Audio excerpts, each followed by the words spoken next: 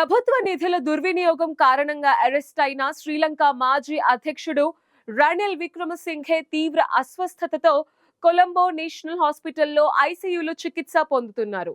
ఈ కేసులో ఆయనకు కొలంబో ఫోర్ట్ మ్యాజిస్ట్రేట్ బెయిల్ నిరాకరించడంతో ఆయనను మ్యాగజైన్ రిమాండ్ జైలుకు తరలించారు. అక్కడ ఆయన ఆరోగ్యం క్షీణించడంతో హాస్పిటల్కు తరలించారు. అసలెందుకు ప్రస్తుత ప్రభుత్వం విక్రమసింఘేను అరెస్ట్ చేసింది? ఆయనపై వచ్చిన ఆరోపణలేంటి? జైలును తప్పించుకునేందుకు ఆయన అనారోగ్యాన్ని తెరపైకి తీసుకొచ్చారా? Let's watch the story.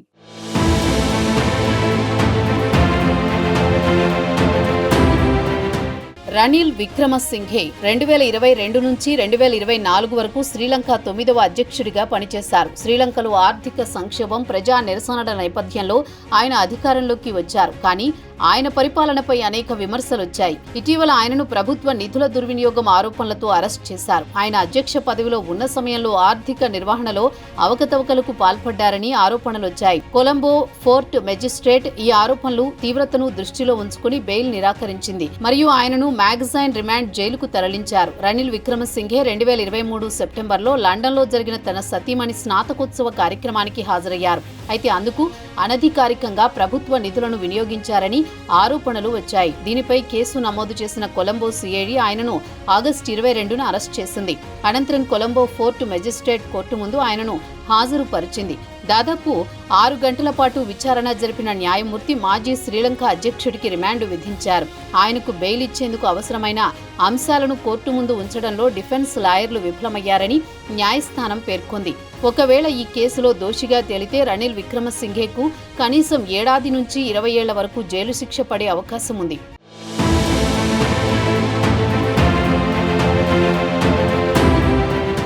అయితే తనపై వచ్చిన ఆరోపణలను రనిల్ విక్రమసింఘే ఖండించారు. హవానాలో G77 సదస్సుకు హాజరై తిరిగి వస్తూ లండన్కు వెళ్లాలని ఒప్పుకున్నారు. కానీ అందుకు ఆయన ఖర్చులను తన భార్య పెట్టుకుందని, ప్రభుత్వ నిధులను తాను వినియోగించలేదని పేర్కొన్నారు. కానీ సిఐడి మాత్రం ఆ పర్యటనలో ప్రభుత్వ సొమ్మునే వాడారని, దీంతో పాటు ఆయన అంగరక్షకులకు కూడా చెల్లింపులు చేశారని చెబుతోంది. ఇక జైలులో ఉండగా రనిల్ ఒక్కసారిగా తీవ్ర అస్వస్థతకు గురయ్యారు. జైలు వైద్యులు ఆయనకు హై బ్లడ్ షుగర్, అధిక రక్తపోటు ఉన్నట్లు గుర్తించారు. ప్రాథమిక చికిత్స అందించినప్పటికీ ఆయన ఆరోగ్యం మెరుగుపడకపోవడంతో హుటాహుటిన కొలంబో నేషనల్ హాస్పిటల్కు తరలించారు. అక్కడ ఆయనను మొదట ఎమర్జెన్సీ వార్డులో చికిత్స అందించి తర్వాత ఐసీయూకు మార్చారు. ప్రస్తుతం ఆయన ఆరోగ్యం కొంత నిలకడగా ఉన్నట్లు అధికారులు తెలిపారు. అయితే రనిల్ విక్రమసింఘే అరెస్టుకి శ్రీలంక రాజకీయ సంక్షోభం నేపథ్యంలో జరిగింది. 2022లో శ్రీలంక తీవ్ర ఆర్థిక సంక్షోభంలో కూరుకుపోయింది. దీనివల్ల ఆహారం, ఇంధనం, ఔషధ లోటు ఏర్పడింది.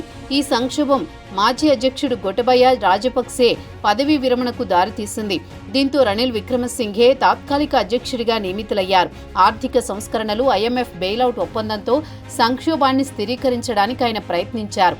కానీ ప్రభుత్వ నిధుల దుర్వినియోగం ఆరోపణలు, ఆయన అధికారంలో ఉన్నప్పుడు పారదర్శకత లేని ఆర్థిక నిర్వహణతో ఆయన నిర్ణయాలు వివాదాస్పదంగా మారాయి.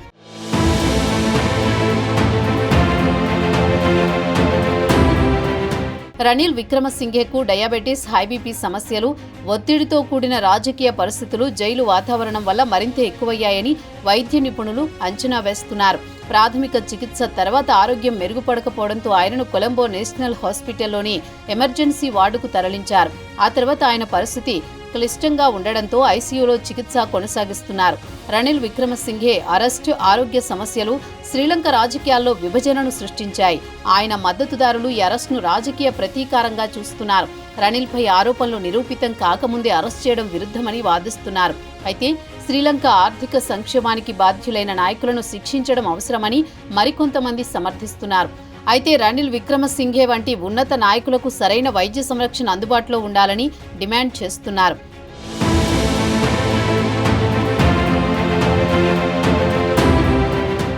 ఆరోగ్యం క్షీణించి ఆసుపత్రిలో చేరిన రనిల్ విక్రమసింఘేను శ్రీలంక మాజీ అధ్యక్షుడు మహింద రాజపక్సే, ఆయన అనుచరులు పరామర్శించారు. రాజకీయ ప్రత్యర్థులు కూడా మాజీ అధ్యక్షుడిని పరామర్శించడానికి వెళ్లారు.